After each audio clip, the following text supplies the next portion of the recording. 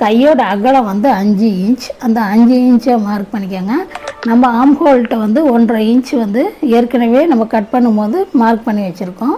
முன்னாம் ஹோல்லையும் பின்னாம் ஹோல்லையும் 2 mark ஒன்றா வர மாதிரி வச்சுட்டு இடுப்பு சுற்றளவு மார்க் பண்ணியிருக்கோம் இல்லைங்களா, அந்த 3 புள்ளியையும் அப்படியே ஒரு தையல் போட்டுருங்க.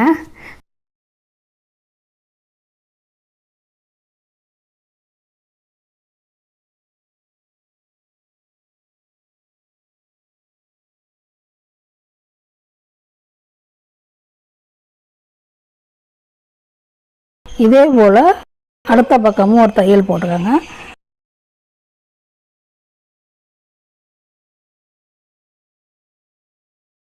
தையல் போட்டுட்டு இப்போ பேக் சைடு வந்து டாட்டு பிடிக்கணும் இல்லைங்களா, அந்த டாட்டு வந்து பேக் சைடு ரெட்டையாக மடித்து அதையும் இன்னொரு மடிங்க. மடிக்கும் போது அந்த இடத்த அப்படியே மார்க் பண்ணிக்கோங்க. அந்த இடம் தான் வந்து